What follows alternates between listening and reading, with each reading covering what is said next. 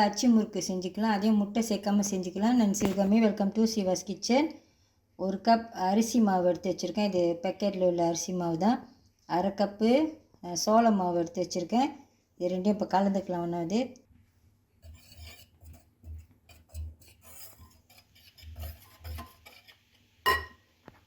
இதில் சீனி சேர்த்துக்கலாம்.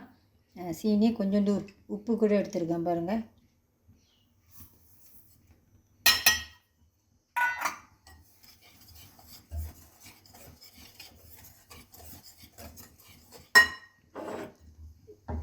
தேங்காய் பால், நான் ஃப்ரெஷ்ஷான தேங்காய் பால் இன்றைக்கி எடுத்திருக்கேன். தேங்காய் பால் வாங்கிட்டு வந்து தேங்காய் பூ வாங்கிட்டு வந்துட்டு புளிஞ்சி எடுத்து வச்சுருக்கேன் பால்.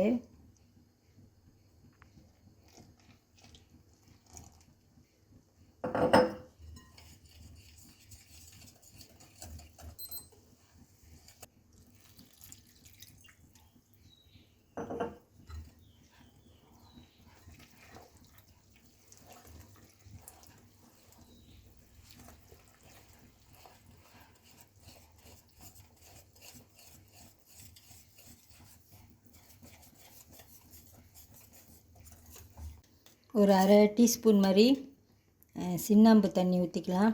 நம்ம இன்றைக்கி முட்டை சேர்க்கல, அதனால் இது கொஞ்சம் ஊற்றிக்கிட்டிங்கன்னா கொஞ்சம் கிறிஸ்பியாக இருக்கும். ஒரு 1/2 டீஸ்பூன் மாதிரி ஊற்றிக்கோங்க போதும். ஒரு கரண்டி எடுத்து மாவு இப்படி செஞ்சு பார்த்திங்கன்னா இந்த கரண்டி பின்னால் மாவு இந்த மாதிரி ஒட்டி இருக்கணும். அந்த மாதிரி தேங்காய் பால் கரெக்டாக ஊற்றிக்குங்க. மாவு இப்போ வேறு ஒரு போலுக்கு வடிகட்டி ஊற்றி வச்சுக்கலாம்.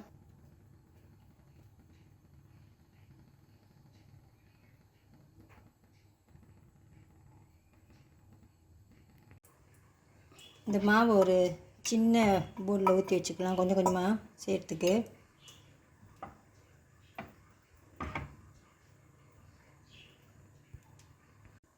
என்னோடய அச்சு முறுக்கில் நான் எப்போயும் கொஞ்சம் எள்ளு சேர்த்துக்குவேன், ஆப்ஷனல் தான். உங்களுக்கு விருப்பம்னா நீங்களே சேர்த்துக்குங்க. நான் கொஞ்சம் கருப்பு எள்ளு எடுத்துருக்கேன், வெள்ளை எள்ளு கூட சேர்த்துக்கலாம் தான்.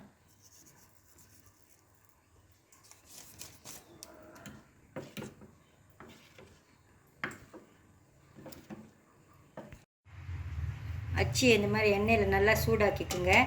எண்ணெயும் நல்லா ஒரு மிதமான சூடில் வச்சுக்குங்க. மாவு வந்துட்டு அடிக்கடி இந்த மாதிரி கலந்து விட்டுருங்க. இந்த மாவை மிக்ஸ் பண்ணி விட்டுருங்க, இல்லைன்னா அந்த மாவு வந்து அடியில் போய் தங்கிடும். அச்சு முறுக்கு செஞ்சுக்கலாம்.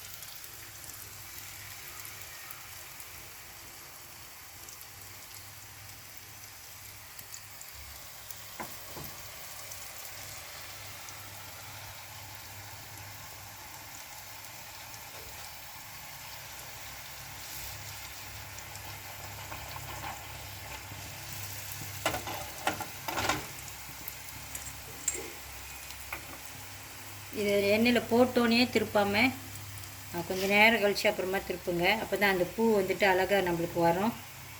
சாஃப்டாக இருக்க இப்போவே திருப்பிட்டிங்கன்னா அந்த பூ வந்து அழகாக வராது. இப்போ இதை திருப்பிக்கலாம்.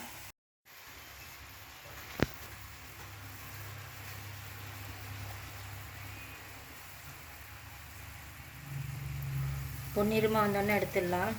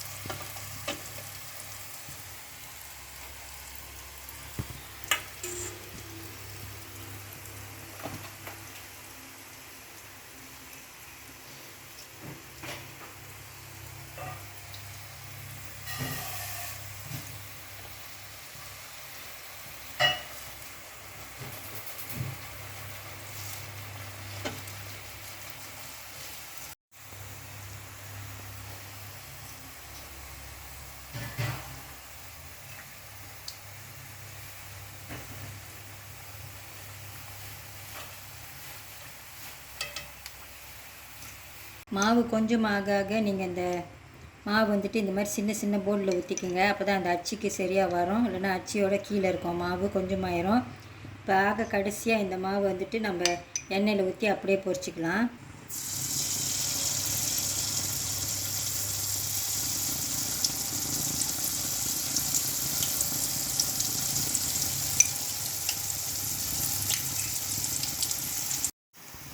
நம்ம வீட்டில் இந்த மாவு சாப்பிட்றதுக்கு கூட எல்லாத்துக்கும் பிடிக்கும். அது அவ்வளோ நல்லாயிருக்கும். அந்த மாவு சாப்பிட்டிங்கன்னா மிச்ச மாவு கடைசியாக அது மாதிரி பொரிச்சிக்குங்க.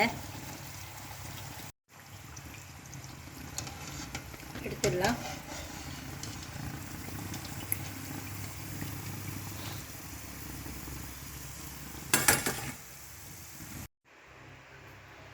எல்லாமே செஞ்சு வச்சு பாருங்கள். அரிசி முறுக்கெலாம் இன்றைக்கி வந்துட்டு நான் 1 கப் அரிசி மாவு, 1/2 கப் சோள மாவு எடுத்துருந்தேன். அதாவது 1/2 கப் மாவு, 1/2 கப் மாவுக்கு என்னோடய இந்த மாதிரி இது வந்துட்டு ஒரு மீடியம் சைஸ் அச்சின்னு நான் சொல்லுவேன். இந்த மாதிரி மீடியம் சைஸ் அச்சிக்கு ஒரு 35லேருந்து 40 வரைக்கும் உங்களுக்கு அச்சு முறுக்கு கிடைக்கலாம். இந்த ரெசிபிக்கு பிகினர்ஸ்லாம் இதை தாராளமாக ட்ரை பண்ணி பார்க்கலாம். இன்றைக்கி நான் எடுத்த அரிசி மாவு இந்த சக்கரத்தாய் பாருங்கள், இது 1 கப்பு எடுத்திருந்தேன். சோள மாவு வந்துட்டு இது எடுத்திருந்தேன். இதில் ஒரு 1/2 கப் சோள மாவு எடுத்திருந்தேன். நீங்கள் பிகினர்ஸாக இருந்தீங்கன்னா அச்சு முறுக்கு அச்சியை பார்த்து வாங்கி வச்சுக்கோங்க. ஒன்றாவது இப்போலாம் நான்ஸ்டிக் கூட விற்கிறாங்க, அது கூட ஓகேயாக இருக்கும். நான் ஒரு 4 அச்சு வச்சுருக்கேன். இது வந்து புது அச்சு. இந்த புது அச்சில் எனக்கு இன்னமும் ஒழுங்காக வர மாட்டேங்குது. இது ரெண்டும் என்னோடய பழைய அச்சு. இந்த பழைய அச்சில் தான் எனக்கு எப்பயுமே நல்லா வரும் இந்த அச்சு முறுக்கு. ஸோ நீங்கள் அச்சு நல்லா அச்சியாக பார்த்து வாங்கி வச்சுக்கோங்க. இந்த தீபாவளிக்கு நீங்களும் முட்டை சேர்க்காமல் இந்த மாதிரி அச்சு முறுக்கு செஞ்சு பாருங்கள். இது ரொம்ப ஈஸியாக செஞ்சிடலாம். இந்த வீடியோ உங்களுக்கு பிடிச்சிருந்துச்சுன்னா லைக் பண்ணிவிட்டு ஷேர் பண்ணிவிட்டு சிவாஸ் கிச்சன் சேனலுக்கு சப்ஸ்கிரைப் பண்ணிக்கோங்க. நன்றி.